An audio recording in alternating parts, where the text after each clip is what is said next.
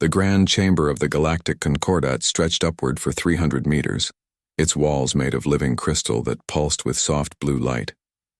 5 massive platforms floated in a circle around the center, each one holding the representatives of the galaxy's most powerful species. They had ruled known space for 50,000 years, and they ruled it still. Ambassador Elena Vasquez stood in the center of the chamber, a small human figure dwarfed by the architecture and the beings around her. She wore the formal uniform of the United Earth Alliance, dark blue with silver trim, and she carried a data tablet that contained humanity's petition. Her hands were steady, but her heart pounded in her chest. This was the moment humanity had worked toward for 200 years. "Honorable Council," she began, her voice amplified by the chamber's acoustics. "I come before you today to request that humanity be granted full membership status in the Galactic Concordat. We have met all the requirements outlined in the probationary agreement. Our technology has advanced. Our worlds are peaceful and productive. We have contributed to concordat trade and science. We ask now to be recognized as equals among the great civilizations of the galaxy." On the first platform, the Vexari stirred. They were tall and thin, with gray skin that seemed to shimmer in the light.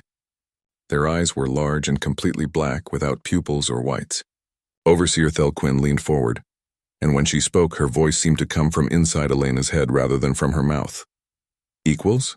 The word dripped with amusement. "You have existed in space for barely 2 centuries. We have records older than your entire civilization. You call this equality?" From the second platform, a Lumenshar representative spoke. The Lumenshar were beings of living crystal, their bodies geometric and perfect, refracting light into rainbow patterns. Their voice was like wind chimes, musical but cold. "The human species has shown promise, this is true. But they are young, impulsive. They lack the wisdom that comes with age." "They lack much more than wisdom," growled the Krathzul general from the third platform. The Krathzul were insectoid, their bodies covered in glossy black chitin with 6 arms and mandibles that clicked when they spoke. General Zekther's compound eyes fixed on Elena with obvious contempt. "They wage war on themselves. Even now, their own species fights over territory and resources. They are barbarians with starships." Elena felt her face flush, but she kept her voice level. "Every species has conflicts in its history. Humanity has learned from its mistakes. Our worlds are united now. We have achieved peace among ourselves." "Peace born of exhaustion, not enlightenment," said the Nothan delegate from the 4th platform. The Nothan were amphibious, their blue-green skin glistening with moisture, their large eyes set wide on their broad heads. "Your species reproduces too quickly, consumes too much, and dies too soon to develop true perspective. You live for perhaps 100 of your years. We live for 800. How can you understand the long view?" The 5th platform held the Archon representative, a being of pure silicon-based life that looked like a metallic sculpture come to life. Its voice was precise and emotionless, like a computer running calculations. "Statistical analysis of human behavior patterns indicates a 73.4% probability of cultural instability within the next 5 centuries. Granting full membership status to an unstable species would compromise concordat security." Elena took a deep breath. She had expected resistance, but not this level of unified dismissal. "With respect, Honorable Council, every species you represent was once young. Every civilization had to prove itself. We are asking for the same opportunity you were given." Thelquin laughed, a sound like breaking glass inside Elena's mind. "The same opportunity? Child, when we joined the Concordat, we brought technology that revolutionized galactic travel. We brought art that inspired worlds.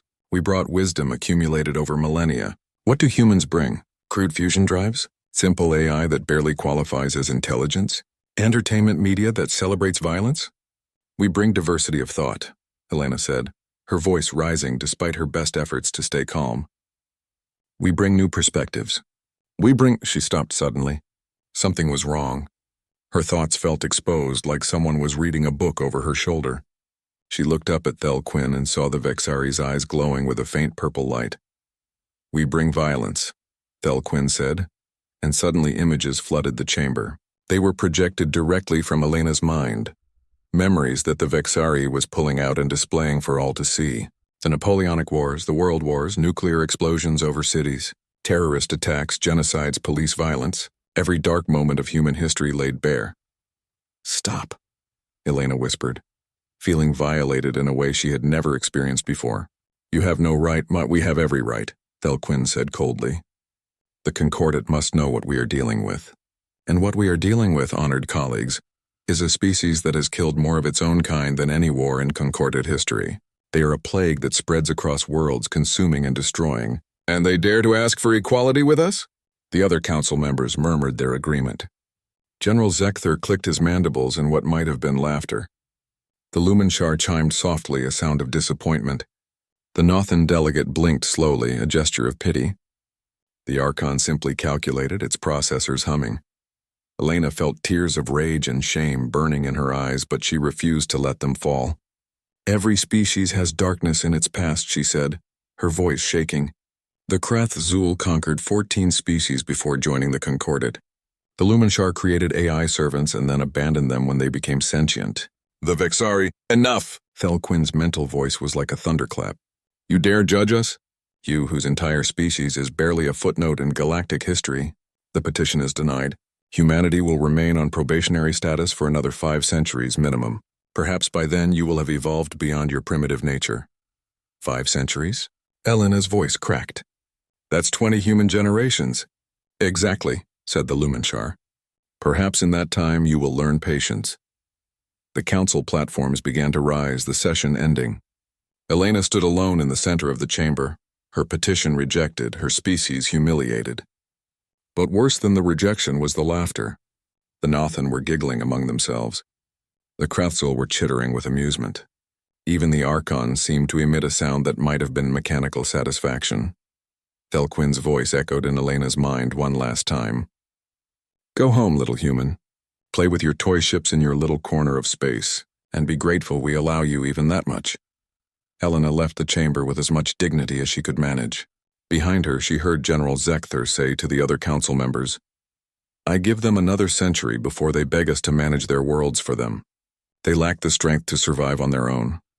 3 months later, the Krathzul military fleet appeared in orbit around New Lisbon, a human colony world on the edge of Concordat space. The colony was home to 4 million people, most of them farmers and miners who had left Earth to build a new life among the stars. General Zekther himself led the attack. His flagship, the Conqueror's Mandible, was 3 kilometers long and bristled with plasma cannons. It was accompanied by 200 smaller warships, each one more powerful than anything in the human defense fleet. The colonists sent out desperate distress calls. They had no military presence, just a handful of system patrol ships meant to chase away pirates. The Krathzul ignored all attempts at communication and opened fire. The bombardment lasted 6 hours. Cities burned. The orbital stations were destroyed. Ships trying to evacuate were shot down. When it was over, New Lisbon was a graveyard. 3.5 million people were dead. The survivors huddled in underground shelters waiting for rescue that came too late. 5 more colonies were hit over the next 2 weeks. Not all were destroyed as completely as New Lisbon, but the message was clear. Humanity was prey and the Krathzul were hunters. Admiral Marcus Chen watched the reports from his flagship, the UEA's Defiant, humanity's largest warship.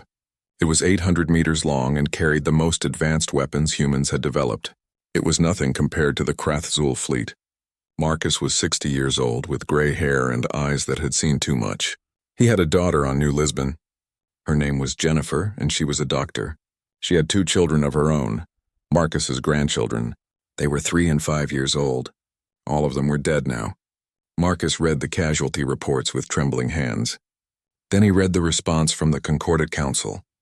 It was brief and dismissive. The attack on New Lisbon and the other colonies was classified as a minor border dispute. The HFY Council suggested that humanity exercise better judgment in colony placement and avoid antagonizing established powers. There would be no justice, no protection, no consequences for the Krathzul. Marcus Chen was not a man given to emotional displays, but he wept that night in his private quarters. He wept for his daughter and his grandchildren. He wept for the millions of humans who had died because they were considered unimportant by the galaxy's rulers. And then he stopped weeping and started planning. He called a meeting of the Joint Chiefs of Staff, the leaders of humanity's military across all colony worlds. They met via secure quantum communication, their holographic images filling a conference room on Earth. "They've shown us what they think of us," Marcus said, his voice cold and hard. "They see us as insects to be crushed when convenient. The Concordat will not protect us. They will not grant us equality. They will not even acknowledge our right to exist." "What are you suggesting?" asked Admiral Keiko Tanaka, commander of the Pacific Fleet. Marcus looked at each of them in turn. "I'm suggesting we stop asking for permission to survive. I'm suggesting we leave the Concordat and its territory entirely. And I'm suggesting we make sure that no one, ever again, can do to us what the Krathzul just did."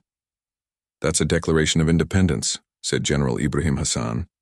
"They'll see it as rebellion." "Let them," Marcus said. "We've tried their way for 200 years. It got us nothing but contempt and corpses. I say we try something different."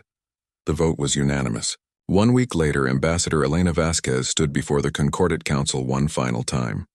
She delivered a brief message that had been approved by every government on every human world. "The United Humanity Alliance hereby withdraws from the Galactic Concordat. We renounce our probationary status and all obligations under Concordat law. We claim sovereign territory in the systems we currently occupy, and we demand that all non-human ships leave our space immediately. Any violation of our borders will be considered an act of war. We will have no further communication with the Concordat." She turned and walked out before they could respond. Behind her, the council erupted in disbelief and amusement. Thelquinn's laughter echoed through the chamber. "The children throw a tantrum. How predictable. Let them sulk in their corner. They will come crawling back when they realize they cannot survive without us." General Zekther clicked his mandibles in agreement. "I give them 10 years before they collapse from internal conflicts. And when they do, we will be there to pick up the pieces." But humanity did not collapse. Humanity closed its borders, shut down all communication, and disappeared behind a wall of silence. Ships that approached human space simply vanished.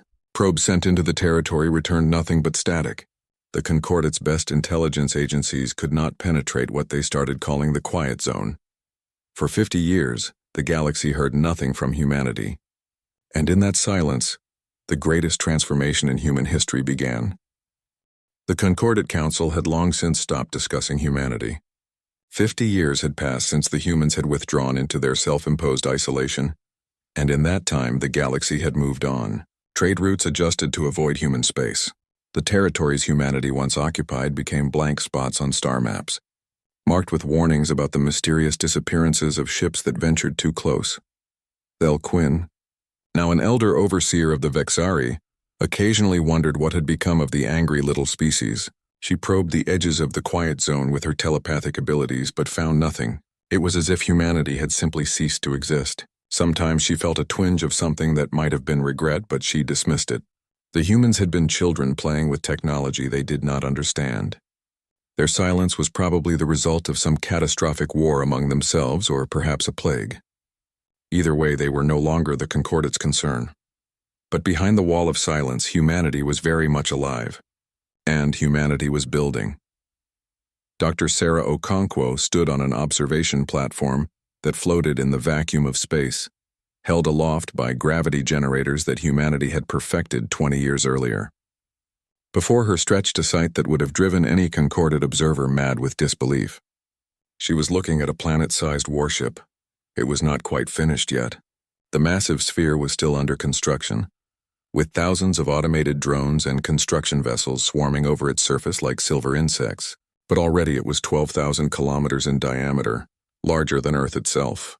Its hull was made of quantum-compressed matter, a material so dense that a cubic centimeter weighed as much as a small moon. The surface bristled with weapons batteries, shield generators, and sensor arrays. This was the Prometheus, humanity's first Titan-class warship. And it was not alone. Sarah was 73 years old now. She had been 30 when the Krathzul destroyed New Lisbon. She had lost her brother and his family in that attack. Like millions of other humans, she had channeled her grief into purpose. She had become the chief architect of the Titan project, the single largest engineering endeavor in human history. "Status report," she said into her communication device. The voice of Commander Rebecca Torres came back immediately. Rebecca was stationed on the construction control ship Architect's Dream, coordinating the work of 2 million construction workers and 10 billion automated systems. Prometheus is at 92% completion. Weapon systems are being calibrated. Life support is fully operational. We're on schedule for the first test of the main conversion drive in 3 weeks. And the others? Sarah asked. Defiance is at 87%. Retribution is at 81%. Liberty is at 76%. Horizon is at 72%, all within acceptable parameters. 5 Titan-class warships, 5 planet-sized instruments of war. Sarah sometimes had trouble believing they had actually done it. The plan had been conceived in those dark days after humanity's withdrawal from the Concordat. Admiral Marcus Chen had gathered the brightest minds from every human world and given them a simple directive. Make sure this never happens again. Make sure humanity can defend itself against any threat, from any source at any scale. The scientists and engineers had worked for 5 years just to design the Titans. The technology required did not exist, so they invented it. They developed conversion drives that could turn matter directly into energy, providing essentially unlimited power. They created quantum compression fields that could pack the mass of a small planet into a hull strong enough to withstand anything short of a supernova. They designed weapons that could manipulate space-time itself, tearing holes in reality or crushing ships into singularities. And they had to do it all in secret, behind walls of silence that kept the Concordat from discovering what they were building. The cost had been staggering. Entire star systems were stripped of resources. Asteroid belts were mined to dust. Gas giants were harvested for their hydrogen. 200 human worlds had transformed themselves into industrial centers, every citizen contributing to the project in some way. Children grew up never seeing natural skies, only the metal ceilings of factory habitats. Artists became engineers. Poets became programmers. An entire generation sacrificed normalcy so that future generations might live in safety. Sarah walked along the observation platform, her magnetic boots keeping her anchored in the zero gravity. Through the transparent aluminum floor, she could see one of the construction zones where workers in powered exoskeletons were installing a weapon battery. Each individual cannon in that battery was 300 meters long. The battery itself contained 1,000 such cannons, and the Prometheus had 500 of these batteries distributed across its surface. A young engineer named David Park floated up beside her. He was 25 years old, born the year after humanity withdrew from the Concordat. He had never known anything but the Titan project. Dr. Okonkwo, "The neural interface teams are ready for your inspection," he said. Sarah nodded and followed him to a transport pod that would take them inside the Prometheus. The interior of the Titan was a world unto itself. Entire cities existed within the ship's structure, complete with parks, schools, and residential areas. 8 million people would crew the Prometheus when it was complete, and they would live their entire lives aboard the vessel if necessary. The neural interface chamber was located deep in the ship's core. Here, the Prometheus's quantum computer systems connected directly to the minds of specially trained operators who could control the ship's functions with thought alone. It was technology adapted from the Vexari telepathy, but improved beyond anything the Concordat had developed. 3 operators were already connected, their bodies suspended in transparent tubes filled with oxygenated gel. Neural cables ran from ports in their skulls to connection points on the chamber walls. Their eyes were closed, but Sarah knew they were fully conscious, experiencing the Prometheus as if it were an extension of their own bodies. "How do they feel?" Sarah asked the medical supervisor. "All vitals are normal. Stress levels are acceptable. They report a sense of completeness they never experienced with the smaller training systems." The supervisor smiled slightly. "They say it feels like becoming a god." Sarah understood what they meant. She had experienced the interface herself once with a much smaller ship. The sense of power was intoxicating. Every weapon at your mental command. Every sensor feeding you information. The ability to move something the size of a planet with a thought. It was dangerous in its way. They had lost 3 operators in the early days who could not handle the psychological weight of that much power, and went mad. But these 3 were stable. They had been selected from thousands of candidates and trained for years. They were ready. Admiral Marcus Chen arrived at the Prometheus construction site 2 weeks later. He was 89 years old now, his body kept healthy by medical treatments that could extend human life to nearly 200 years. But he looked every one of his years. His hair was white, his face lined with deep wrinkles. He had spent half a century preparing for war. Sarah met him at the main docking port. They embraced briefly, old friends who had worked together for decades. "It's magnificent," Marcus said, looking around at the interior of the ship. They were standing in a main corridor that was 50 meters wide and stretched for kilometers. Electromagnetic trains rushed past, carrying personnel and equipment. "It's monstrous," Sarah corrected. "We've built 5 planet-sized weapons of mass destruction. Sometimes I wonder if we've become the very thing we feared." Marcus looked at her steadily. "We've become what we needed to become. The galaxy showed us that mercy is weakness, that peace is impossible with those who see us as insects. We tried their way. Now we try ours." They walked to the command center located in what would be called the bridge on a smaller ship. But this was no bridge. It was a chamber the size of a cathedral, with holographic displays showing every aspect of the Prometheus's status. Hundreds of officers worked at stations, monitoring systems and running final tests. Captain James Rodriguez stood at the central command platform. He was 45 years old, a career military officer who had volunteered for the Titan program 20 years earlier. He would be the commanding officer of the Prometheus, the first human to captain a planet-sized warship. "Admiral on deck," he called out, and every officer snapped to attention. Marcus waved them back to work. "Status, Captain?" "Prometheus is ready for final testing, sir. All systems are operational. Crew complement is at full strength. We can begin shakedown cruises whenever you give the order." Marcus nodded slowly. He looked at the main display, which showed a tactical map of human space and the surrounding Concordat territories. 50 years of silence. 50 years of building, and now, the question that would define humanity's future. What would they do with what they had built? "There's been activity on the border," Marcus said quietly. "Krathzul scouts probing our defenses. They've been doing it for years, but lately they've gotten bolder. General Zekthur is still in command of their military. Intelligence suggests he's planning something. An invasion?" Captain Rodriguez asked. "Perhaps. Or perhaps just another raid like New Lisbon. They think we're weak. They think our silence means we've collapsed or destroyed ourselves." Marcus smiled, but it was not a kind smile. "They have no idea what's waiting for them." Sarah felt a chill run down her spine. She had built these ships to protect humanity, but she knew what they were capable of. Each Titan had enough firepower to sterilize a planet. The 5 of them together could annihilate the entire Krathzul fleet in a matter of hours. "Are we really going to use them?" she asked quietly. Marcus turned to her, and in his eyes she saw the ghost of the man who had lost his daughter and grandchildren 50 years ago. "If they give us no choice, yes, we will use them. We will use every weapon, every technology, every ounce of power we have built. Because the alternative is extinction." He turned back to the display. "Finish the tests, complete the preparations, and then we wait. If the Krathzul are wise, they will leave us alone. If they are foolish," he left the sentence unfinished. 3 months later, the Prometheus conducted its first deep space trial. The conversion drives powered up, and the massive ship moved for the first time under its own power. It accelerated to 0.7 light speed in 15 minutes, something no Concordat ship could match. Its weapons fired at remote-controlled targets, and those targets simply ceased to exist. The test was a complete success.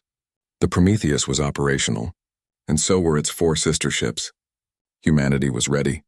The question now was whether the galaxy was ready for humanity. In the Concordat capital on the crystal world of Axis Prime, General Zekthur made his decision. 50 years of silence from humanity was long enough. It was time to remind the humans of their place in the galactic order. It was time to show them that the Krathzul were still the dominant military power in the galaxy. He assembled a fleet of 10,000 warships, the largest military force the Krathzul had ever gathered. It would be a demonstration of power, a lesson to the upstart humans who thought they could hide behind their borders. He gave the order to advance into human space, and with that order, he sealed the fate of his entire species.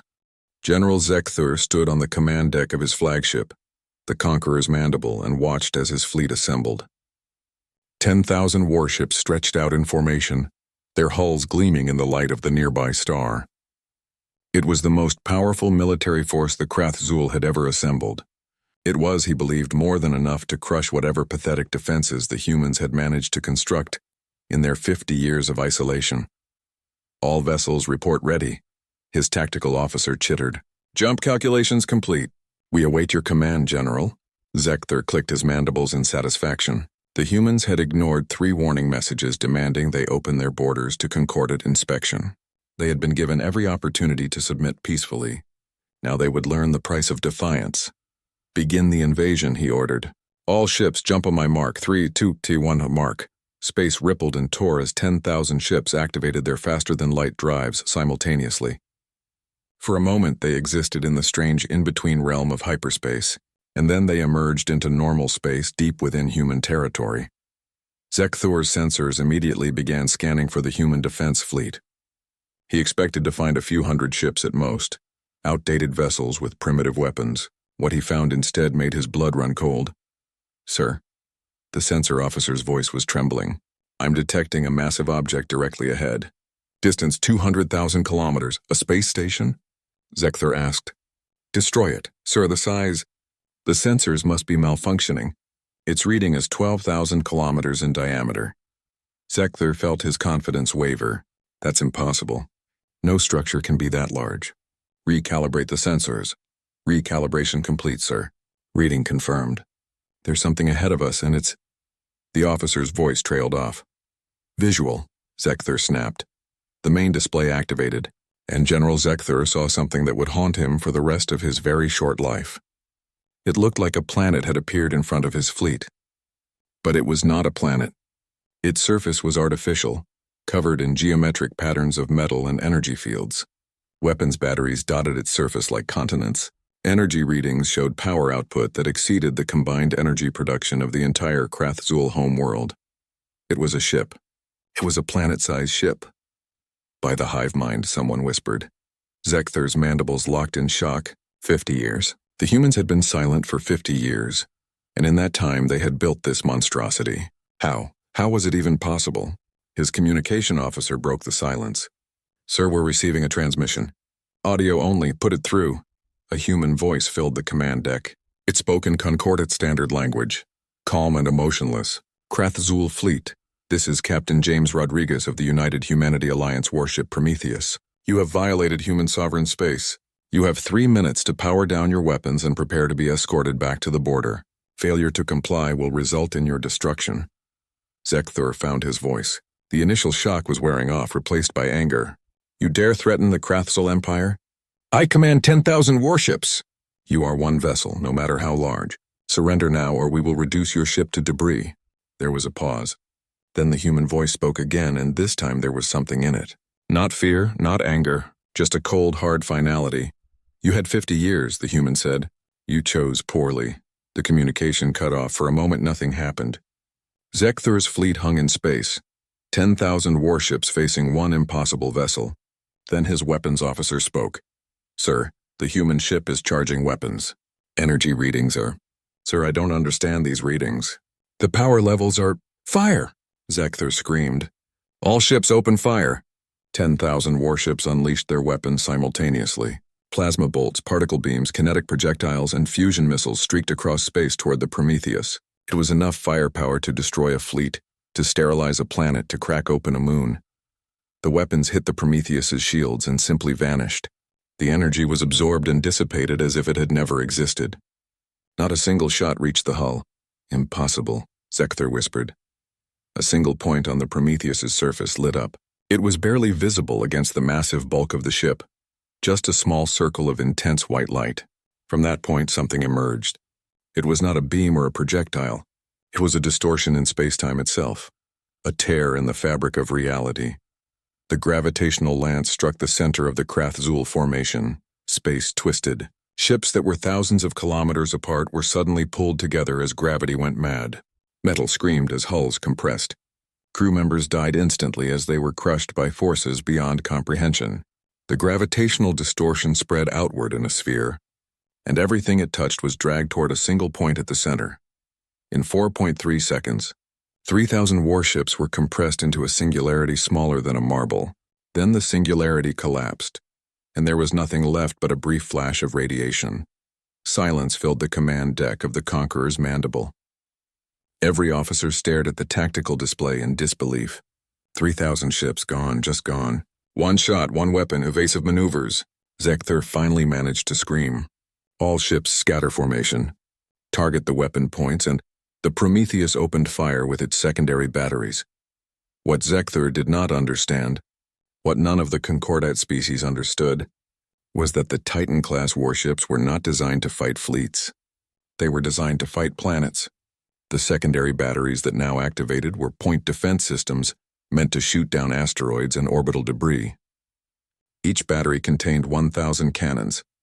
Each cannon fired a bolt of concentrated energy equivalent to a small nuclear explosion. 500 batteries opened fire. 500,000 energy bolts filled space. They struck with perfect accuracy, guided by targeting computers that could track a grain of sand at light-second distances. Krathazul warships exploded by the dozens, then by the hundreds. Shields overloaded instantly. Hulls vaporized. Entire ships simply ceased to exist. The Krathazul fleet tried to fight back. They were brave, these insectoid warriors. They had conquered worlds and crushed rebellions. They did not flee. They turned their ships toward the Prometheus and charged, firing every weapon they had. It made no difference. The Prometheus's point defense systems tracked every incoming shot and destroyed it before it reached the shields. Meanwhile, the secondary batteries continued to fire. The tertiary batteries activated, smaller weapons designed for close-range defense. Even these were more powerful than the main guns on Concordat capital ships.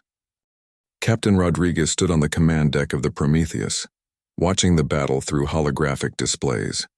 He felt no joy, no satisfaction, only a cold sense of duty. His neural interface allowed him to feel every shot the Prometheus fired, every enemy ship destroyed. It was like being a god of war, omniscient and omnipotent. Admiral Chen gave them a chance, he said quietly to his first officer. They chose this. The battle, if it could be called that, lasted 47 minutes. When it was over, 9,999 Krathazul warships were destroyed. Only one remained, the Conqueror's Mandible. Captain Rodriguez ordered the firing to stop. He opened a communication channel to the Krathazul flagship. General Zekthur, I presume you're still alive. Good, I'm letting you live for a reason. You're going to take your ship back to the Concordat capital. You're going to show them the recordings of this battle. And you're going to tell them that humanity has 5 of these ships. Do you understand? Zekthur's voice was barely a whisper. I understand. One more thing, Rodriguez said. Tell them that we remember New Lisbon. Tell them that we remember every colony your people destroyed. Tell them that we've been quiet for 50 years, but we have not forgotten. We will never forget. He cut the communication and gave the order. The Prometheus's tractor beams engaged, grabbing the Conqueror's Mandible and physically throwing it toward the border. The Krathazul flagship tumbled through space, its engines too damaged to correct course, but its life support and recording systems intact. In the command deck, Rodriguez sat down heavily. His hands were shaking. He had just killed hundreds of thousands of beings. It was necessary. It was justified. But it was not easy. Send a message to Admiral Chen, he said. Tell him the Prometheus has successfully defended human space. Tell him, he paused. Tell him that the galaxy is going to know what we've become. The recording of the battle reached the Concordat Council 3 days later. General Zekthur transmitted it from his damaged flagship, along with his full tactical analysis. The council gathered in emergency session, representatives from all 5 major species present. They watched in silence as the Prometheus destroyed the Krathazul fleet. They watched one single ship, annihilate 10,000 warships in less than an hour. They saw weapons that bent space-time, shields that were impenetrable, and power levels that exceeded anything in Concordat technology. When the recording ended, the chamber was silent. Thel Quinn was the first to speak. Her telepathic voice was weak, trembling with fear. This cannot be real. The humans do not have this technology. They were children. They were primitive. The Archon representative ran calculations on his internal processors. Analysis indicates the recording is genuine. Probability of forgery, 0.003%. The humans have developed technology that exceeds our own by several orders of magnitude. How many of these ships do they have? The Nothan delegate asked, his voice barely above a whisper. General Zekthur's holographic image appeared before them. His body was covered in injuries, his mandibles cracked. The human captain stated they have 5. Intelligence analysis suggests this is accurate. We detected construction activity in 5 different star systems before we lost our surveillance network. 5 planet-sized warships, the Lumenshar representative said. its crystalline voice resonating with something that might have been awe or terror. 5 ships that can each destroy a fleet. What have we created? Thel Quinn's mental voice was sharp. We created nothing. They built this themselves. She stopped, realization dawning. We created the necessity. We humiliated them. We attacked them. We forced them to become this. The Archon's calculations continued. Probability analysis. If humanity deploys all 5 Titan-class warships against concordate targets, expected outcome is total concordate military defeat within 2 years. Individual species survival probabilities vary, but collective concordate survival 17%. The chamber erupted in chaos.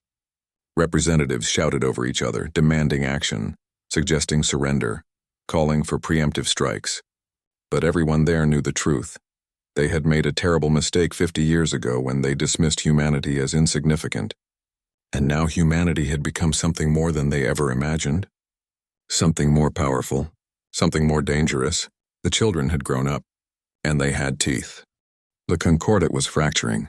In the 2 weeks since the Prometheus had destroyed the Krath-Zul invasion fleet, the carefully maintained unity of 50,000 years was crumbling like sand. The Nothan were the first to break ranks.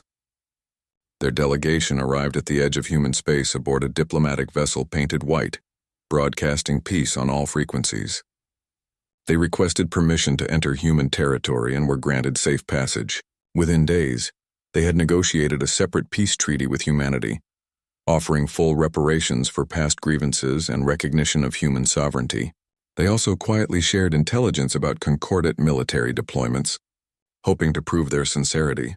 The Lumenshar attempted to maintain neutrality, but their merchant fleets began avoiding any routes that might bring them into conflict with human interests. Their representatives spoke eloquently about the need for dialogue and understanding, though everyone noticed they were simultaneously moving their defensive fleets into position around their core worlds.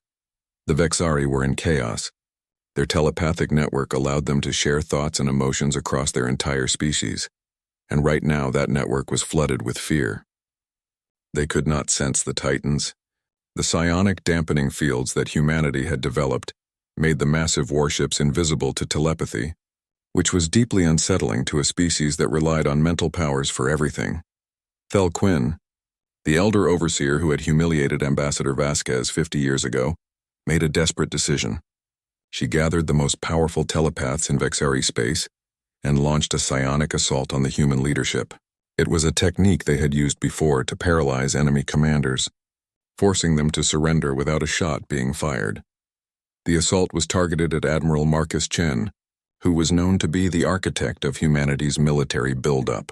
The Vexari telepaths linked their minds and struck across the vast distances of space, focusing their combined willpower like a spear aimed at Chen's consciousness.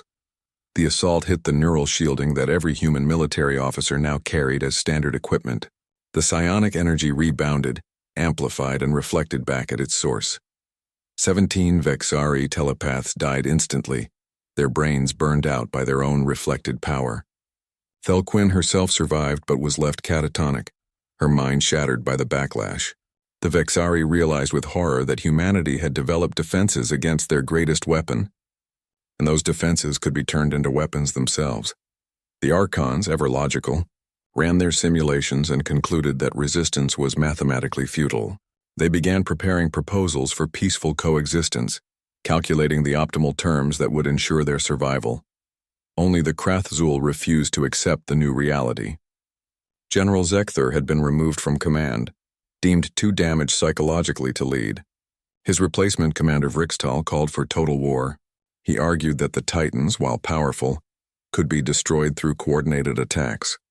He claimed that Krath-Zul honor demanded they fight to the last warrior, rather than submit to humans.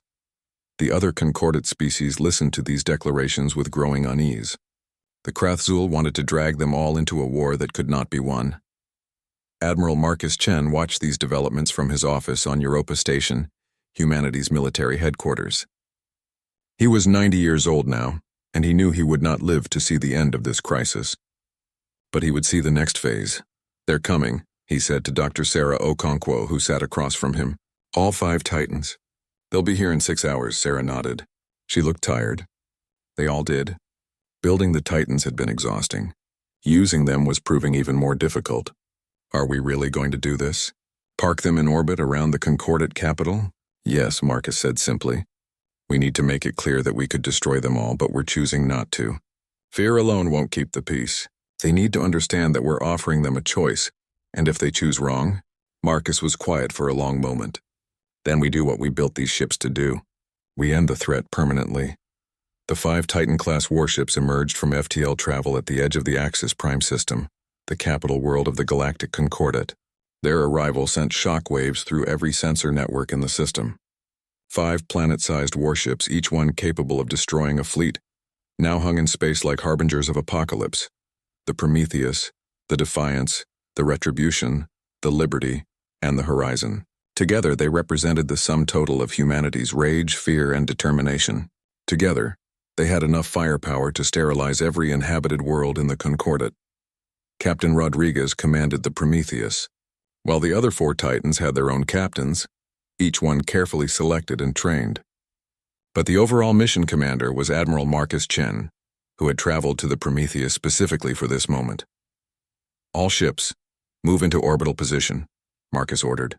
Formation Delta 7. I want them to look up and see nothing but our hulls. The 5 Titans moved into orbit around Axis Prime, positioning themselves so that their massive bulk blocked out the system's sun. On the planet below, day turned to artificial night as the ships blotted out the light. It was a demonstration of power, but also a message. We control whether you live in light or darkness. The Concordat Council convened in their chamber, but this time they could see the Titans through the transparent crystal walls. The massive ships hung overhead like moons made of metal and menace. A communication request came from the Prometheus. The council accepted, and Admiral Marcus Chen's hologram appeared before them. He was an old man, bent with age, but his eyes were sharp and cold. Honorable Council, he began, and there was bitter irony in the formal address. 50 years ago, you rejected humanity's petition for membership. You called us children. You called us primitives. You laughed at us. He paused, and the silence was deafening. 3 months after that rejection, the Krathzul destroyed 6 human colonies. Millions of my people died. When we appealed to you for justice, you dismissed it as a minor border dispute. You told us to avoid antagonizing established powers. The council members could not meet his eyes. Even the Archon, who had no emotions, seemed to shrink back from the weight of that accusation. We learned something important that day, Marcus continued. We learned that the galaxy respects only strength. Mercy is seen as weakness. Peace is only possible when the cost of war is too high.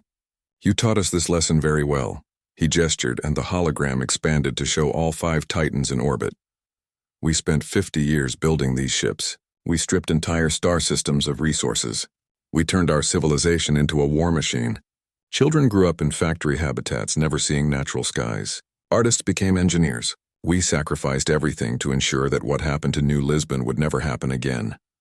The Nothan delegate spoke up, his voice trembling. Admiral Chen, we have already offered reparations. We seek peace. Please, I know, Marcus interrupted. And we accept your offer, Nothan. You showed wisdom, but there are others who have not. His gaze fixed on the empty Krathzul platform.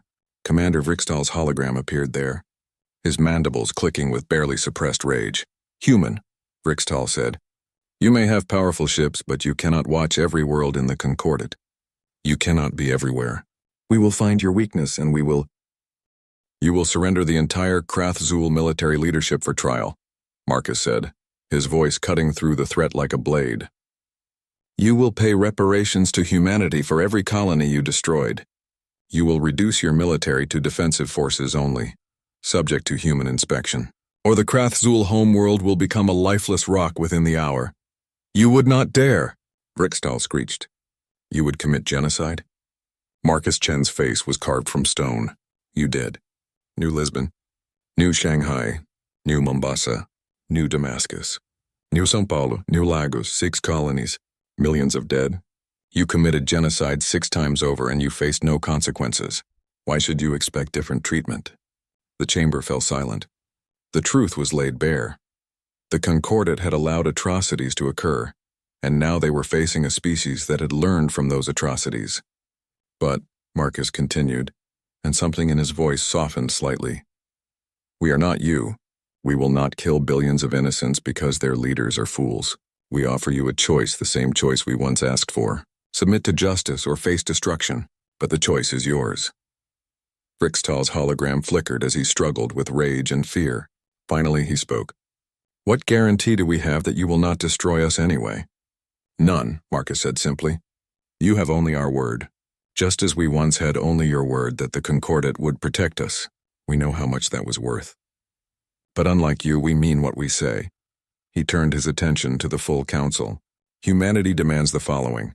Full reparations for all destroyed colonies. Permanent seats on the Concordat Council with full voting rights. The surrender of all Krathzul military leadership involved in the colony attacks for trial under Concordat law.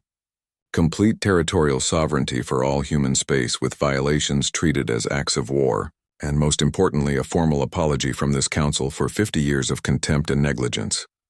The Lumenshar representative spoke, its chiming voice careful and diplomatic. And if we accept these terms? Then the Titans return to human space. We establish normal diplomatic relations. We trade, we share technology within reason. We become partners in maintaining galactic peace. Marcus paused. But make no mistake, we will never again be weak. We will never again be vulnerable. These ships will always exist, and if we are threatened, we will use them. Thelquin's successor, a younger Vexaria named Shenkar, spoke telepathically. Her mental voice was respectful, lacking the arrogance of her predecessor. Admiral Chen, I must know. When you connected with Elder Overseer Thelquin during the reflection of our psionic assault, what did you see in her mind? Marcus was quiet for a moment. I saw regret. I saw that she finally understood what she had done to us. I saw that she realized too late that we were not children to be dismissed, but beings worthy of respect. He looked at Shenkar. Tell her when she recovers that we remember both the cruelty and the final understanding. Both will shape how we treat your people. The Archon ran calculations and spoke. The optimal outcome is clear. We accept your terms, Admiral Chen. All of them. One by one, the other species agreed. The Lumenshar, the Nothan, even the Vexari, speaking through Shenkar, accepted. Only Vrixtal remained defiant. The Krathzul do not surrender. We will never, his hologram vanished. Moments later, a new Krathzul representative appeared, an older general named Thexun. Commander Vrixtal has been removed from authority. The Krathzul accept your terms, Admiral Chen. Our military leadership will surrender themselves for trial. We ask only that our species be allowed to survive. Marcus nodded slowly. That is all we ever asked for ourselves. And unlike you, we will grant it. He looked at each council member in turn. In 3 days, we will send representatives to formalize the treaty. Until then, the Titans remain in orbit. Not as a threat, but as a reminder. The galaxy has changed. Power has shifted. Learn from this as we learned from you. Respect is earned, not given. And those who forget this lesson will face the consequences. The hologram vanished, leaving the council alone in their chamber, overshadowed by 5 planet-sized warships that represented everything they had lost and everything they had never should have taught humanity to become. 10 years had passed since the 5 Titans appeared in orbit around Axis Prime. The galaxy had changed in ways both subtle and profound. Humanity now held 3 permanent seats on the Concordat Council, their representatives sitting as equals among species that had once dismissed them as primitive children. The Titans still existed, still patrolled human borders, and still reminded every species in the galaxy that humanity had the power to back up their words with overwhelming force. But something else had changed too. The ships were no longer just weapons. They had become symbols of something more complex. Ambassador Elena Vasquez, now 75 years old, walked through the gardens of New Lisbon Memorial Station.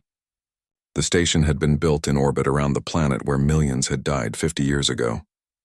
Below, the world was slowly healing, its surface being terraformed once again, though the scars of the Krathzul bombardment would take centuries to fully erase.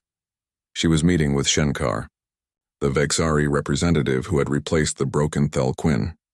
Over the past decade, the two had become something that might be called friends, though both were too diplomatic to use that word officially. Your people are prospering, Shenkar said, her telepathic voice gentle in Elena's mind. The human neural shielding was sophisticated enough now that Vexari could communicate telepathically without invading privacy. It was one of many technologies that had been shared in the years since the treaty. We are, Elena agreed, though I wonder sometimes at what cost. They stood before a memorial wall where the names of the dead from all 6 destroyed colonies were inscribed in light. Millions of names, each one representing a life ended by violence. The young ones do not understand, Elena continued. The children born after the Titans were completed. They see the ships as normal, as just another part of their world. They do not remember what we sacrificed to build them. Perhaps that is good, Shenkar suggested. Each generation should not have to carry all the burdens of the one before.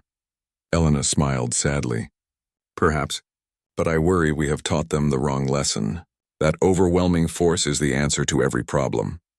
On Earth, in the Global Assembly building in Geneva, Senator Maria Santos was making the same argument to a chamber full of representatives from every human world. She was 35 years old, born the year after humanity withdrew from the Concordat.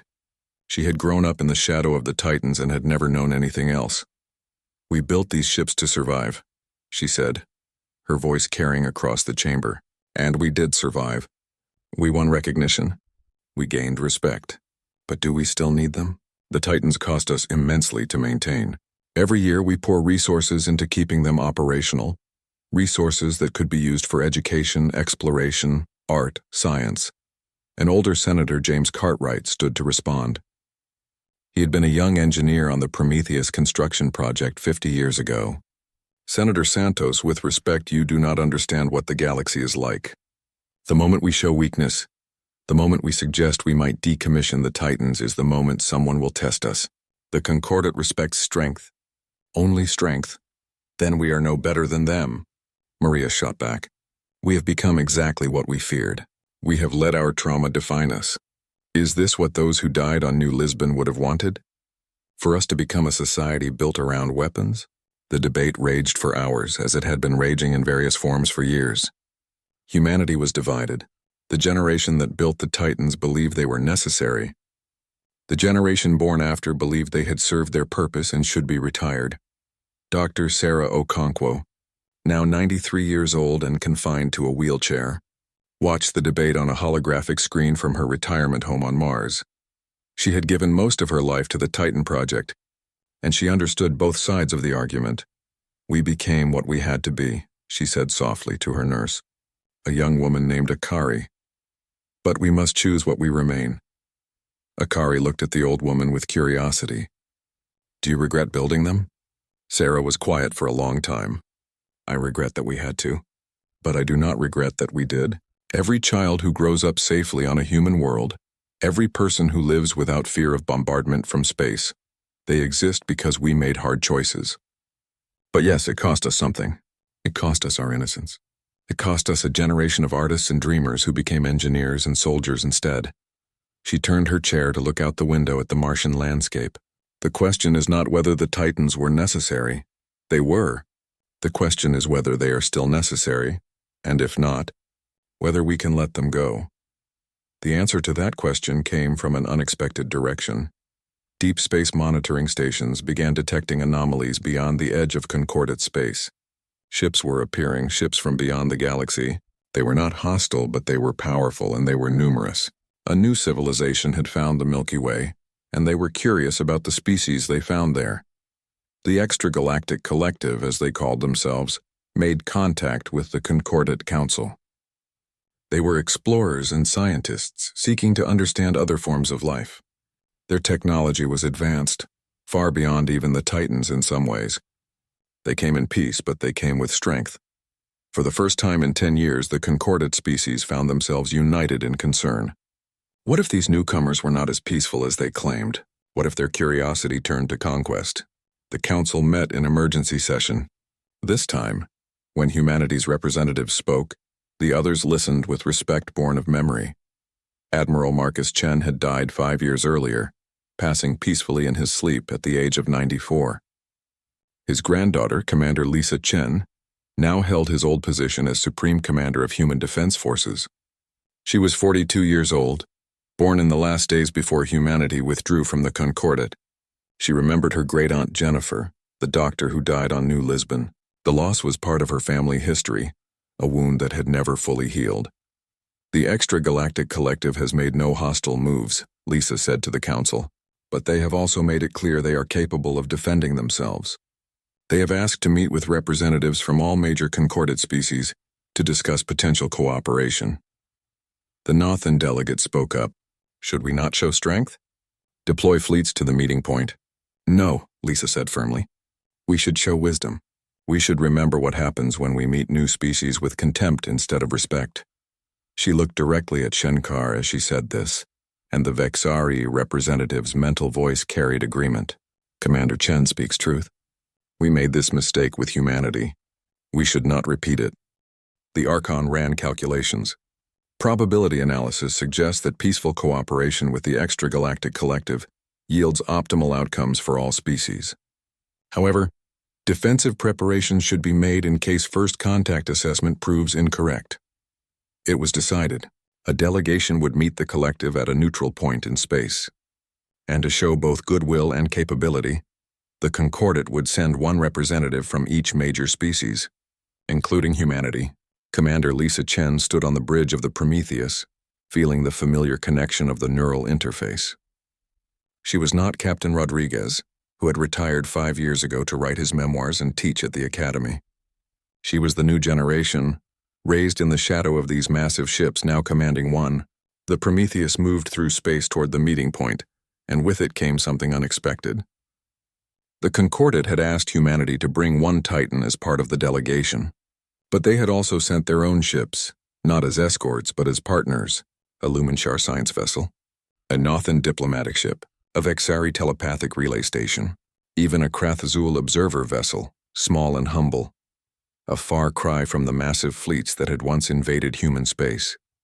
On the observation deck, Lisa found an unusual gathering. Human crew members stood alongside Nothan engineers, Lumenshar scientists, and even a few Vexari telepaths who had volunteered to serve on the Prometheus. It was a sight that would have been impossible 10 years ago. "Commander," said a Lumenshar scientist named Crystalline Dawn over mountains, its crystalline voice chiming softly. "The extragalactic collective ships are within sensor range. They are impressive." Lisa looked at the tactical display. The collective had sent 7 ships, each one unique in design but clearly advanced. They were not as large as the Titans, but they radiated power and sophistication. "All crews, this is Commander Chen. We are about to make first contact with a new civilization. I know many of you are nervous. I know some of you remember the old conflicts between our species. But look around you. Look at who stands beside you. We are here together, Concordate and humanity, united for the first time not by fear but by hope." She paused, choosing her words carefully. "My great-grandfather built this ship because the galaxy taught him that only strength mattered. He was right in his time, but perhaps we can teach the galaxy something new now. Perhaps we can show that strength is not just about weapons. It is about choosing when to use them and when to extend a hand instead." The communication systems activated. A voice spoke in perfect Concordate standard language, though with an accent none of them had heard before. "Greetings, people of the Milky Way. We are the Extragalactic Collective. We come seeking knowledge and friendship. We see that you have great power, represented by the magnificent ship that leads your delegation. We wonder if you will use that power for war or for peace." Lisa took a deep breath. This was the moment. The choice that would define humanity's future and perhaps the galaxy's. "We built this ship for war," she said honestly. "We built it because we had to, because we were threatened and dismissed and attacked. But we hope to use it for peace. We hope that our strength allows us to be generous, to be wise, to be better than we once were." There was a pause. Then the collective voice spoke again, and there was approval in it. "Then we shall be friends. And perhaps together we can explore what lies beyond our galaxies." The meeting that followed would last for weeks. Treaties would be drafted. Technology would be shared. A new era would begin. One where the Milky Way species ventured outward together. On the Prometheus, Commander Lisa Chen looked out at the stars and thought about her great-grandfather, the old admiral who had built these ships out of rage and pain and determination. She thought about all the humans who had sacrificed normal lives to build floating fortresses in the void. "We did it," she said softly. "We survived. We proved ourselves. And now maybe, just maybe, we can be more than survivors. We can be explorers again, dreamers again, Behind her, Shenkar spoke telepathically, her mental voice warm. Your great-grandfather would be proud. He built weapons to protect his people. You are choosing what to do with those weapons now that the immediate threat has passed. That is wisdom, is it? Lisa asked. Senator Santos and her allies want to decommission the Titans. They say we do not need them anymore. And what do you think? Lisa watched the collective ships in the distance, graceful and powerful. I think we need them for now. Not as weapons, but as reminders. Reminders of what we can achieve when we commit ourselves fully. Reminders of what we paid to earn our place in the galaxy. And yes, reminders to anyone who might forget that humanity will not be pushed around again. She turned to face Shenkar. But I also think that one day, when the galaxy has truly changed, when strength is no longer the only language that matters, we might be able to let them go. We might be able to return to being explorers and artists and scientists instead of warriors maintaining an arsenal. That day will come, Shenkar said. Because of what you and your ancestors built, you bought humanity the time and space to choose its own future. What you do with that gift is up to you. Years later, historians would mark this moment as the beginning of the Great Expansion, when species from the Milky Way joined with the extragalactic collective to explore the universe together. The Titans remained active for another century, growing older but still powerful, still present at the edge of human space. Eventually, one by one, they were decommissioned. Not destroyed, but placed in orbit around human memorial worlds, monuments to what humanity had achieved and what it had sacrificed. The Prometheus, the first and greatest, was placed in orbit around New Lisbon, forever watching over the world it had been built to avenge. Children grew up playing in the shadows of these massive ships, using them as playgrounds and museums. They learned the history of how humanity had been dismissed, attacked and nearly destroyed. They learned how their ancestors had responded by building the impossible. And they learned one final lesson, the lesson that took longest to understand, that the greatest strength is knowing when not to use the power you possess. That wisdom is not the absence of weapons, but the judgment to know when those weapons should remain silent. The galaxy had called them children. Humanity had proven they were wrong. But in doing so, humanity had also grown up, learning that being adult meant more than just having power. It meant knowing how to use it, when to use it, and most importantly, when to set it aside and reach for something better. The Titans had saved humanity from extinction, but humanity in the end had saved itself from becoming defined by those weapons. They remained survivors, but they chose to be more than that. They chose to be builders, explorers, artists, and dreamers once again.